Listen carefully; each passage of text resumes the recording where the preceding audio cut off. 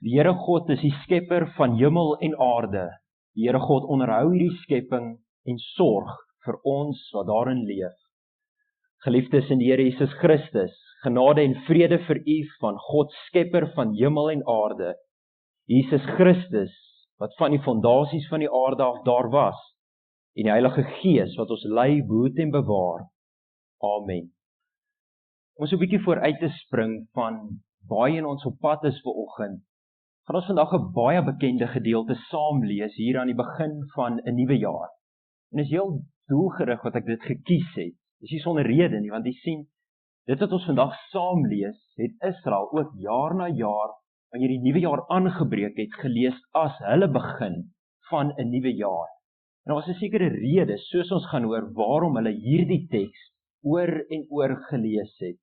Jy sal ook hoor dat ek het nie 'n amptelike gebed voor ons saam lees nie, want ek het gedink ons gaan hierdie teks saam bidend lees vandag.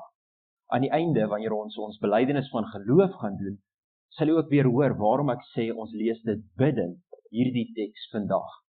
Kom ons luister dan nou na die woord van God. Ek lees vir ons Genesis 1 vers 1 tot 2 vers 4 uit die 2020 vertaling. In die begin het God die hemel en die aarde geskep. Die aarde was woes en leeg en donkerte was oor die oerwater. Maar die Gees van God het oor die water gesweef en God het gesê, laat daar lig wees. En daar was lig. God het gesien dat die lig goed was.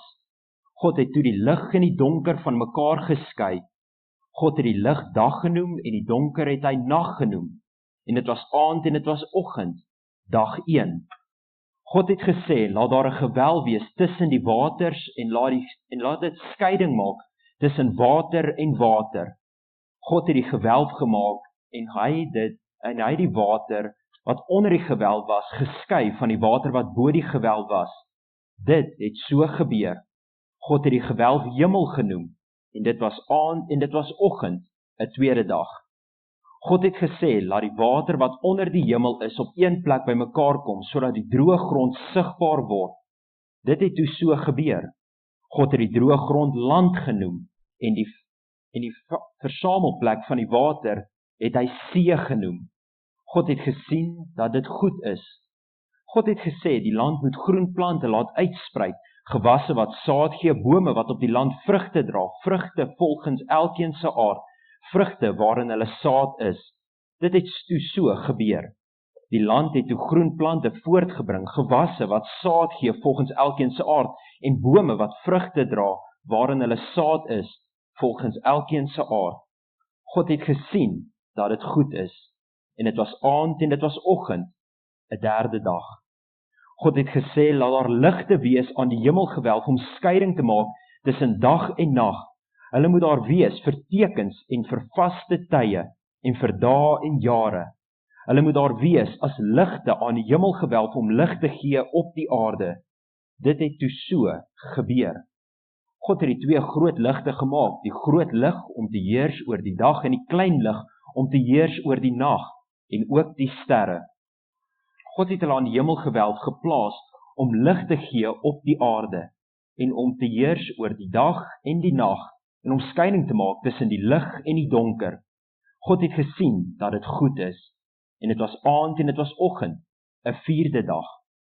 God het gesê, laat die water wemel met lewende wesens en laat voëls oor die aarde vlieg langs die hemelgewelf.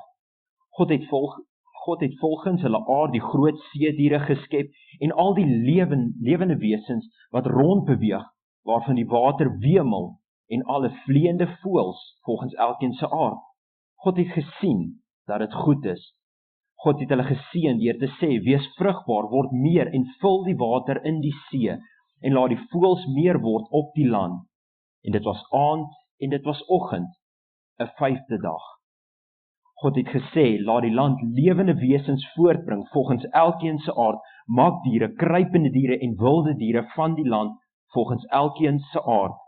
Dit het toe so gebeur. God het die wilde diere van die aarde gemaak volgens elkeen se aard, die makdiere volgens elkeen se aard en al die diere wat op die grond kruip volgens elkeen se aard. God het gesien dat dit goed is. God het gesê, laat ons mense maak na ons beeld, as ons afbeelding, sodat hulle kan heers oor die vis van die see, die voëls van die hemel, die diere en oor die hele aarde, en oor al die kruipende diere wat op die aarde rondbeweeg.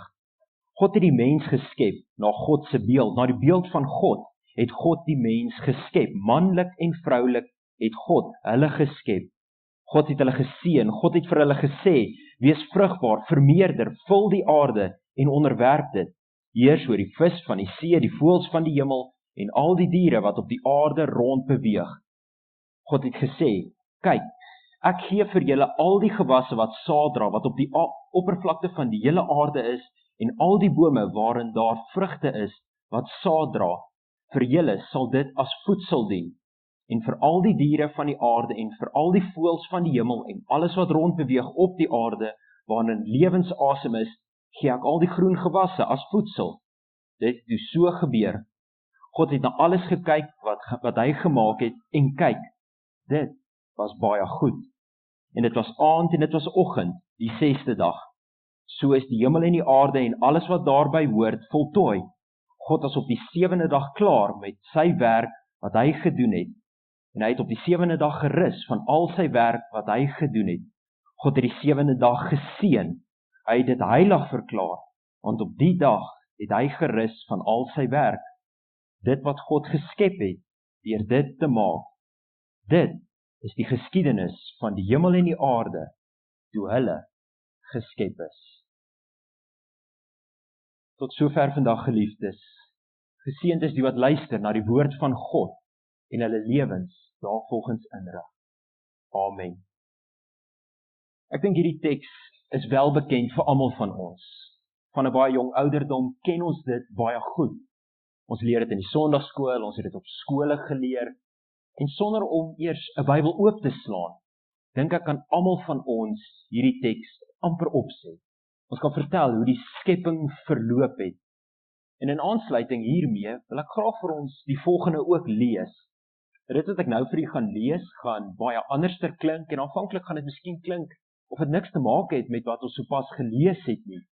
En hierdeur sê ek ook nie dat ons moet die Bybel verstaan as 'n teks wat vir ons presies sê hoe die skepping in bestaan gekom het, en dit sê ook niks vir ons, soos ons later gaan hoor, presies hoe die skepping plaasgevind het nie.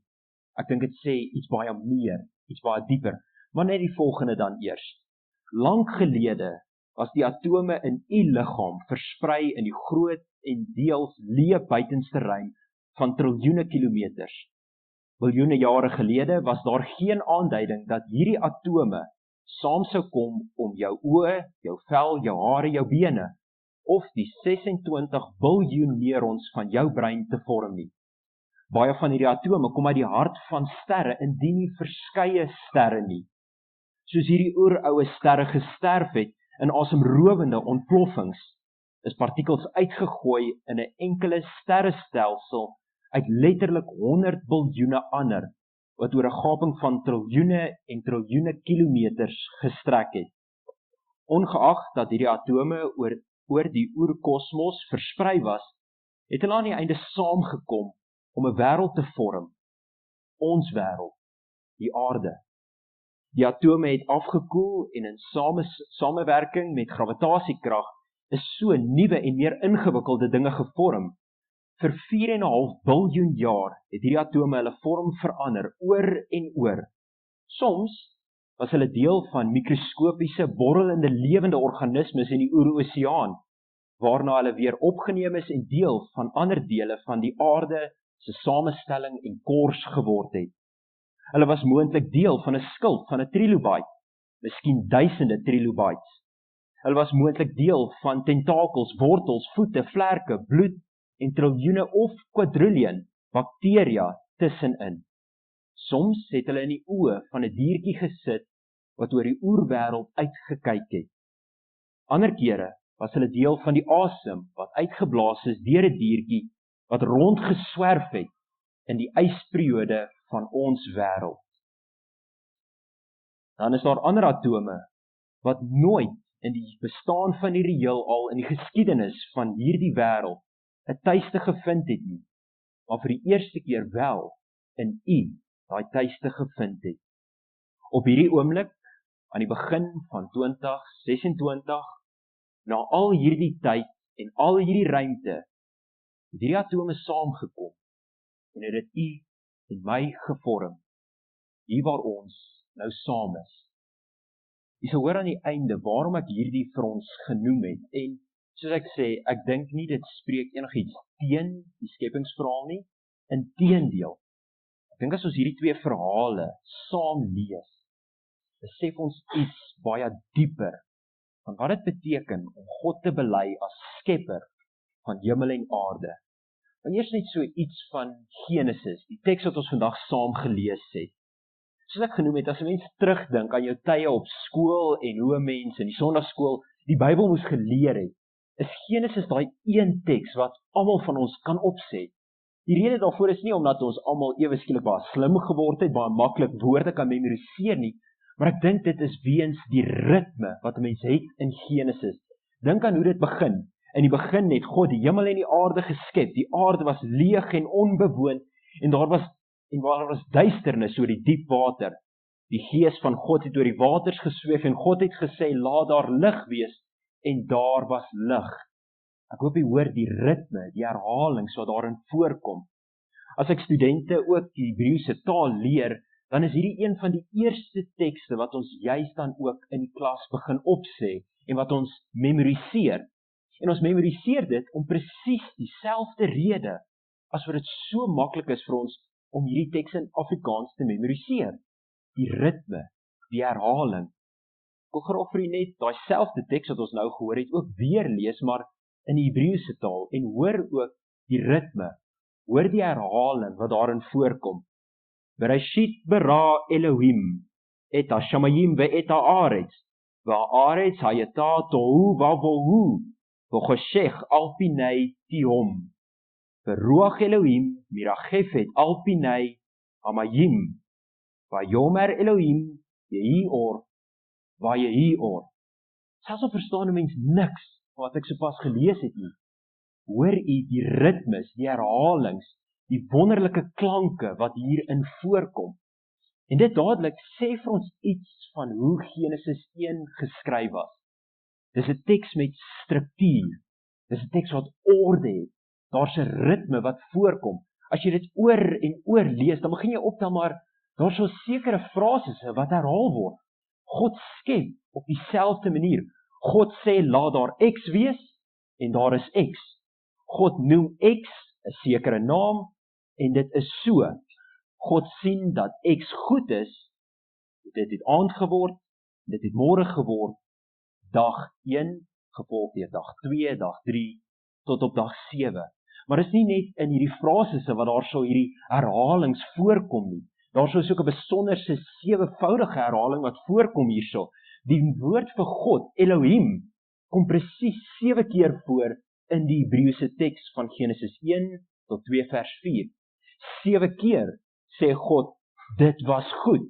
Op 2 dae word daar so iets nie goed verklaar nie, maar op 2 ander dae word 2 goeders goed verklaar, sodat daar hierdie 7voudige struktuur is. Wat sê dit vir ons van hoe hierdie Israeliete oor die skepping van God nagedink het? Dit sê vir ons, daar's struktuur, daar is orde, daar's iets meer hierso as net om vir ons te vertel, dit is hoe die skepping presies plaasgevind het. Hulle wou 'n boodskap oorgedraai.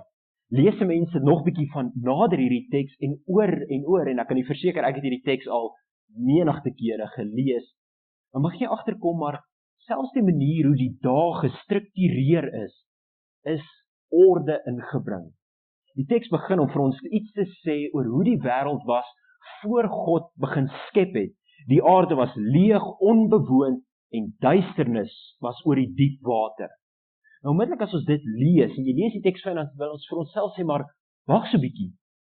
Ons word tog van kleins af geleer, God het uit niks geskep nie.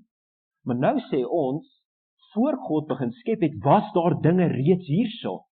Jy sien, dit was eers baie later, toe die Griekse filosofie ook Israel begin beïnvloed het, en die skrywer van die Makabeërs hierdie teks gelees het, wat hulle dit geïnterpreteer het en gesê het, maar God het eintlik uit niks geskep, en later het die kerkvaders dit opgeneem.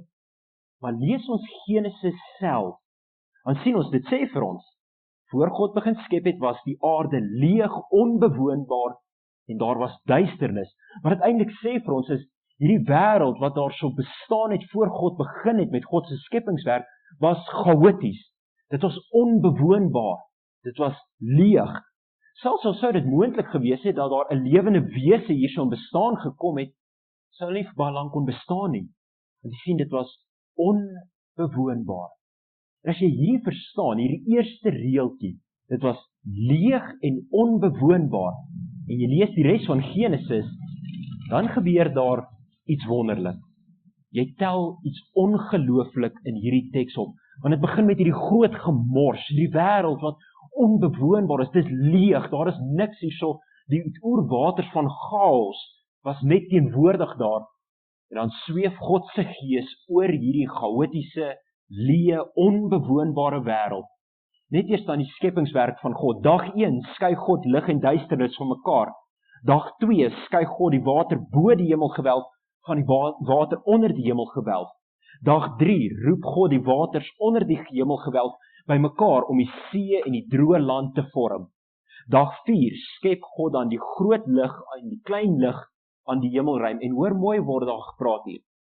Daar word nie gesê God skep die son en die maan nie. Die teks sê vir ons, God skep die groot lig en die klein lig aan die hemelgewelf. Dis belangrik. Ons sal hoor later hoekom. Dag 5 skep God die voëls in die lug, die visse in die see. Dag 6 skep God die diere wat op die droë land kruip en wemel, as ook die mens na die beeld van God.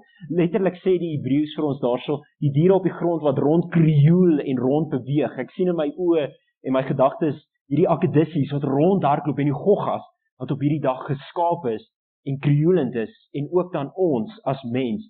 Dag 7 is 'n rusdag, en as jy dit fyn lees, is dit ook 'n dag wat God geskep het vir ons. So wat gebeur as 'n mens hierdie dae so opbreek en jy kyk daarna? Dan sien ons dat dag 1 tot 3 gaan saam, dag 4 tot 5 tot 6 gaan saam. In dag 1 tot 3 word daar so geen lewende wesens geskep nie. God maak skeiding daar, skeiding tussen die hemel, tussen lig en duisternis, skeiding tussen die water bo die gewelf, onder die gewelf, en skeiding tussen die water en die droë grond. So wat het God hierso gedoen?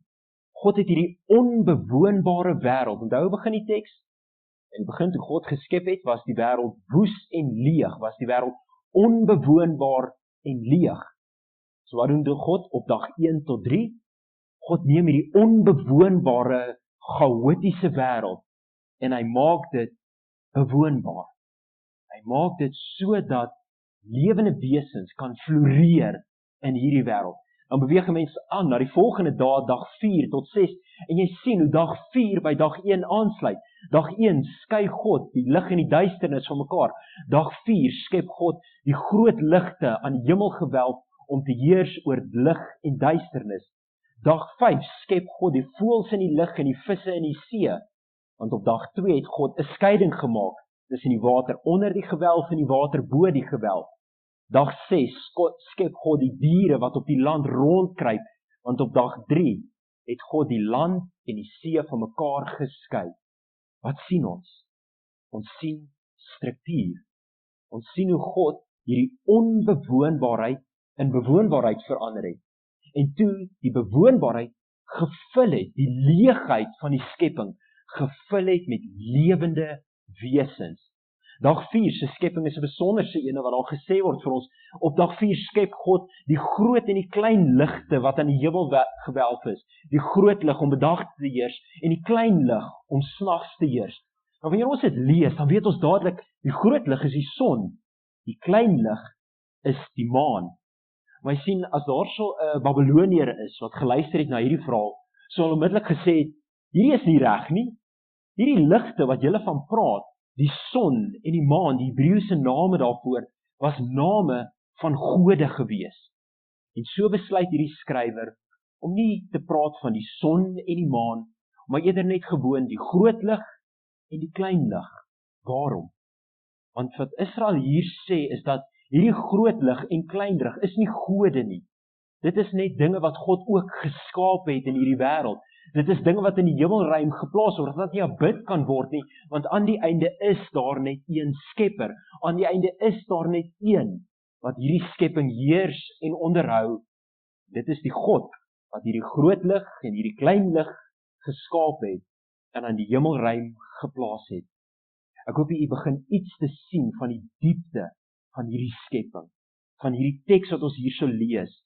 Ietsie meer as net wat vir ons sê, so is daar presies in die verlede geskep.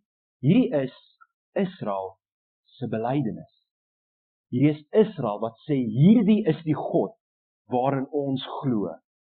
Maar jy sien, die skepingsverhaal vir Israel was nie maar net om te sê, hierdie is die God waarin ons glo. Dit is ook om te sê, hierdie is hoe ons as mense se verhouding tot God en tot die skepping verstaan. En ons is een dag, wat ons almal weet, 'n besonderse skepping plaasgevind het. En ek praat van besonders nie in die sin van dat die wesens wat op hierdie dag geskape is, meer belangrik is as die res van die skepping nie. Ek dink nie hierdie wesens moet bo die res van God se skepping geplaas word in die sin van 'n koninklike deel, 'n kroon van die skepping. Ek dink hierdie skepingkies moet deel van die skepping wees, is deel van hierdie skepping. Maar tog beklee hulle 'n besonderse plek. Want jy sien, toe hierdie skepseltjies gemaak is, word daar gesê, God het gesê, laat ons die mens maak na ons beeld, as ons afbeelding, sodat hulle kan heers oor die vis van die see, die voëls van die hemel, die diere en oor die hele aarde, oor al die kruipende diere wat op die aarde is. En dan sê God vir hierdie skepping, vir die mens, wees vrugbaar, vermeerder, vul die aarde en onderwerp dit. Heers oor die vis van die see, die voëls van die hemel en al die diere wat op die aarde kruip. Dit is belangrik om te hoor, God skep die mens, man en vrou, as beeld van God. Ons kan baie sê oor wat hierdie beeldskap beteken. Die teks sê nie veel vir ons nie. As ons net Genesis lees, dan is ons eintlik maar in die donker bietjie. Ons weet nie presies wat die skrywer hierdeur bedoel. En dit maak ook goed sin, want jy sien, die skrywer en die hoorders van Israel het presies geweet wat hierna verwys word, as hulle hoor, ons is beeld van God. Maar ek dink tog, ons kan iets verstaan van hierdie beeldskap, as ons kyk na die skepingsverhaal wat ons nou so nou en naby na gekyk het. Hoe het God geskep? Wat het God in die skepping gedoen? Die wêreld was leeg, die wêreld was onbewoonbaar. Toe het God dit bewoonbaar gemaak, sodat die lewe wat God hierdie leefwêreld gevul het mee, kan floreer en die lewe kan geniet. God het nie eers die ligte geskep, eers die krioelende en die visse en die voëls en al die diere en toe vir hulle plek gegee. God het eers 'n plek voorberei waar hulle kan leef, kan floreer, die lewe kan voluit geniet. En toe het God hulle geskaap. So wat het God gedoen? Hy het vir hulle voorsien. God het seker gemaak dat hulle kan vermeerder en die lewe geniet. En ek dink dit, geliefdes, is wat dit is om na beeld van God geskape te wees. Vir baie mense, teregtelik, is hierdie teks 'n bron van leed soms en hartseer. Wat hulle sê, die mense neem aan, ons moet heers oor die skepping, ons moet die skepping onderwerp, want jy sien, daar word dan gesê, ons is die belangrikste, ons is bo die res van die skepping, daarom moet ons dit onderwerp. Maar as ons Genesis lees, soos dit hier staan, fyn lees, dan besef ons, as beeld van God, heers ons oor die skepping, soos God oor hierdie skepping heers. En hoe heers God oor die skepping? Om dit te onderwerp, te onderdruk, om die lewe weg te neem van die lewende wesens? Geensins. God heers oor hierdie skepping op so 'n wyse dat lewe kan floreer, dat lewe voort kan gaan, dat lewe kan leef, dat daar 'n plek is vir alles om hulle lewe uit te kan leef in hierdie skepping. En dit is wat dit beteken om God te loof, te prys en te bely as skepper van hemel en aarde en te sê, ons is beeld van hierdie God. Jy sien, Israel het jaar na jaar, wanneer die nuwe jaar aangebreek het vir hulle, het hulle hierdie teks gelees. Dit was vir hulle die einde van die ou jaar en die begin van 'n nuwe jaar wat voorgelê het. Nie om te gesê, ons kan iewers op 'n kalender presies vasstel wanneer en hoe God geskep het nie. Dit was nooit die doel van hierdie verhaal nie. Dit was nooit die doel van hierdie belydenis nie. Wat dit vir Israel gesê het, is dat wanneer ons hierdie nuwe jaar ingaan, wanneer ons met God se skepping omgaan, wanneer ons ploeg, wanneer ons plant, wanneer ons oes, wanneer ons vir ons diere sorg, wanneer ons vir mekaar sorg, dan doen ons dit as beeld van God.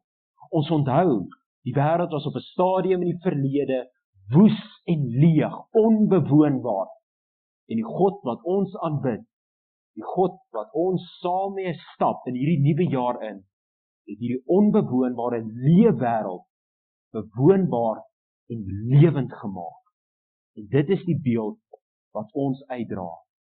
Jaar na jaar was dit hoe Israel hulle jaar begin het. Jaar na jaar dink ek ook, is dit 'n wonderlike wyse hoe ons jaar kan begin. As jy die woorde hoor, in die begin het God die hemel en die aarde geskep. As jy dit hoor in Hebreëus, Bereshit bara Elohim et hashamayim ve'et haaretz. Of as ons geloof bely deur te sê, ons glo in God, die skepper van hemel en aarde, is nie bedoel om iets te sê van presies hoe die skepping in bestaan gekom het nie. Dit sê iets meer. Dit sê iets dieper vir ons. Dit sê vir ons hoe ons verhouding met God, met die wêreld en ook met mekaar verstaan. Dit sê vir ons ietsie van hoe ons onsself wil inrig in hierdie wêreld in. En dit bring my dan terug by daardie miskien vreemde gedeelte wat ons genoem het aan die begin oor hoe ons atome wat in ons is, ook iewers in die verlede deel van sterre was, deel van diere was, deel van hierdie aardkors was. Jy sien, as ons aanneem, ons is buite die skepping, dan praat ons gewoonlik van, ons word in die skepping ingegooi, ons is vreemd tot hierdie wêreld. As ons hierdie verhaal lees van Genesis, as ons nadink oor hierdie feit dat dit wat in ons as mense is, was iewers in die verlede deel van God se skepping, deel van sterre, van diere, van die aardkors. Wat gebeur dan, geliefdes? Dan besef ons is deel van God se skepping. As ons uitgaan en ons dink ons moet hierdie skepping onderdruk, dan dink ons is nie deel van God se skepping nie. Enige prediking, enige boodskap, enige kits boodskapie wat 'n mens vind wat sê, hierdie wêreld is nie vir ons geskape, ons is nie tuis in hierdie wêreld gaan eendag tot 'n einde kom en ons hoort nie hier, dis nie ons tuiste nie. Nooi ek uit om Genesis 1 weer te gaan lees. Jy sien, hierdie wêreld was leeg en onbewoonbaar. En God het vir ons 'n ongelooflike tuiste geskep. God het dit aan ons toevertrou en gesê, as beeld van my, sien om na my wêreld. As beeld van God het ons die vryheid en ook die verantwoordelikheid om te sien na God se skepping. Om my lewe so in te rig dat ek weet, ek God loof en prys in die manier hoe ek omgaan met die wêreld daar buite, of dit is hoe ek met bome omgaan, met die diere, of met my medemens. Want ek besef, wie ek is, dit wat in my is ook in ander. Dieselfde atome wat in my rondbeweeg, wat my lewend maak, wat my in staat stel om God se skepping te waardeer, is ook in u, is ook in hierdie wêreld wat ons oploop. En ek dink as ons so omgaan met die wêreld en met mekaar, as ons so hierdie nuwe jaar tegemoet loop, in die wete dat beeld van God beteken om vir mekaar in die wêreld om te sien, soos God na ons en die wêreld omsien, dan gaan dit 'n wêreld wees wat meer as genoeg het om aan almal se behoeftes te voorsien. En almal sal, soos wat God die wêreld geskaap het, dit beleef as goed. Die sien, God het skep, en elke keer is dit goed. En toe God die mens geskaap het, en die mens deel van God se skepping was, toe ek en u deel word van hierdie skepping, het jy gehoor hoe God aan die einde die skepping oordeel? Is goed, en die laaste keer, baie goed. Dit, geliefdes, is wat dit is om God te bely as skepper van hemel en aarde, hier waar ons nou aan 'n nuwe jaar staan. En dis ook dan die manier hoe ek nou saam met u ons geloof gaan bely. Nie deur die ou bekende belydenis wat net so mooi is en net so wonderlik is, maar ek wil vandag saam met Israel, Genesis 1 vers 1 tot 2 vers 4, as ons belydenis neem.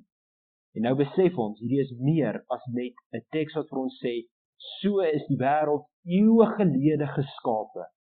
Dit is 'n belydenis om te sê, op hierdie manier wy ek my lewe toe aan God en God se skepping.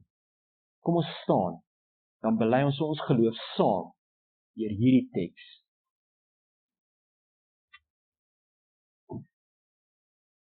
Here ons God, U is skepper van hemel en aarde. En hier waar ons nou voor U staan, as beeld van U, bely ons saam met Israel van ouds ons geloof in U, die skepper en onderhouer van hierdie wêreld.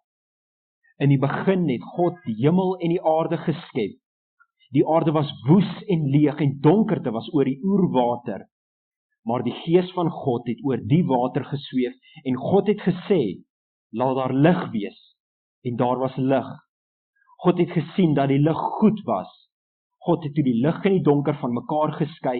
God het die lig dag genoem en die donker het God nag genoem. En dit was aand en dit was oggend, dag 1. God het gesê, laat daar 'n gewelf wees tussen die water en laat dit skeiding maak tussen water en water.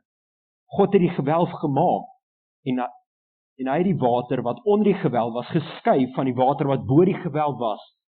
Dit het toe so gebeur, God het die gewelf hemel genoem en dit was aand en dit was oggend, 'n tweede dag. God het gesê, laat die water wat onder die hemel is op een plek bymekaar kom, sodat die droë grond sigbaar word. Dit het toe so gebeur. God het die droë grond land genoem en die versamelplek van die water het hy see genoem. God het gesien dat dit goed is. God het gesê, laat die land moet groen plante laat uitsprei, gewasse wat saad gee, bome wat op die land vrugte dra, vrugte volgens elkeen se aard, vrugte waarin hulle saad is. Dit het toe so gebeur. Die land het toe groen plante voortgebring, gewasse wat saad gee volgens elkeen se aard, en bome wat vrugte dra waarin hulle saad is, volgens elkeen se aard. God het gesien dat dit goed is, en dit was aand en dit was oggend, 'n derde dag. God het gesê, laat daar ligte wees aan die hemelgewelf om skeiding te maak tussen dag en nag. Hulle moet daar wees vir tekens en vir vaste tye en vir dae en jare. Hulle moet daar wees as ligte aan die hemelgewelf om lig te gee op die aarde. Dit het toe so gebeur. God het die twee groot ligte gemaak, die groot lig om te heers oor die dag en die klein lig om te heers oor die nag en ook die sterre. God het hulle aan die hemelgewelf geplaas om lig te gee op die aarde en om te heers oor die dag en die nag en om skeiding te maak tussen die lig en die donker. God het gesien dat dit goed is en dit was aand en dit was oggend, 'n vierde dag. God het gesê, laat die water wemel met lewende wesens en laat voëls oor die aarde vlieg langs die hemelgewelf. God het volgens hulle aard die groot seediere geskep en al die lewende wesens wat rond beweeg, waarvan die water wemel en alle vleiende voëls volgens elkeen se aard. God het gesien dat dit goed is. God het hulle geseën deur te sê, wees vrugbaar, word meer en vul die water in die see en laat die voëls meer word op die land. En dit was aand en dit was oggend, 'n vyfde dag. God het gesê, laat die land lewende wesens voortbring volgens elkeen se aard, makdiere, kruipende diere en wilde diere van die land volgens elkeen se aard. Dit het so gebeur. God het die wilde diere van die aarde gemaak volgens elkeen se aard, die makdiere volgens elkeen se aard en al die diere wat op die grond kruip volgens elkeen se aard. God het gesien, dit is goed. God het gesê, laat ons mense maak na ons beeld, as ons afbeelding, sodat hulle kan heers oor die vis van die see, die voëls van die hemel, die diere en oor die hele aarde en oor al die kruipende diere wat op die aarde rond beweeg. God het die mens geskep na God se beeld, na die beeld van God het God die mens geskep, manlik en vroulik het God hulle geskep. God het hulle geseën, God het vir hulle gesê, wees vrugbaar, vermeerder, vul die aarde en onderwerp dit, heers oor die visse van die see, die voëls van die hemel en al die diere wat op die aarde rond beweeg. God het gesê, kyk, ek gee vir julle al die gewasse wat saad dra, wat op die oppervlakte van die hele aarde is, en al die bome waarvan daar vrug is, wat saad dra. Vir julle sal dit as voedsel dien. En vir al die diere van die aarde en vir al die voëls van die hemel en alles wat rond beweeg op die aarde waarin lewensasem is, gee ek al die groen gewasse as voedsel. Dit het toe so gebeur. God het na alles gekyk wat God gemaak het en kyk, dit was baie goed. Dit was aand en dit was oggend, die 6de dag. So is die hemel en die aarde en alles wat daarby hoort voltooi. God was op die 7de dag klaar met God se werk wat God gedoen het. En hy het op die 7de dag gerus van al sy werk wat hy gedoen het. God het die 7de dag geseën. Hy het dit heilig verklaar, want op die dag het hy gerus van al sy werk. Dit wat God geskep het, deur dit te maak. Dit is die geskiedenis van die hemel en die aarde toe hulle geskep is. Dit, o Heer, is ons belydenis, ons geloof in U, Skepper van hemel en aarde. Amen. Liefdes, daar waar ons nou die wêreld ingaan en U beeldskap gaan uitleef, weet, die genade, die vrede, die leiding en die teenwoordigheid van God, Skepper van hemel en aarde, Jesus Christus, ons lewe, en die Heilige Gees, die lewendmaker is en bly met U, nou en vir altyd. Amen.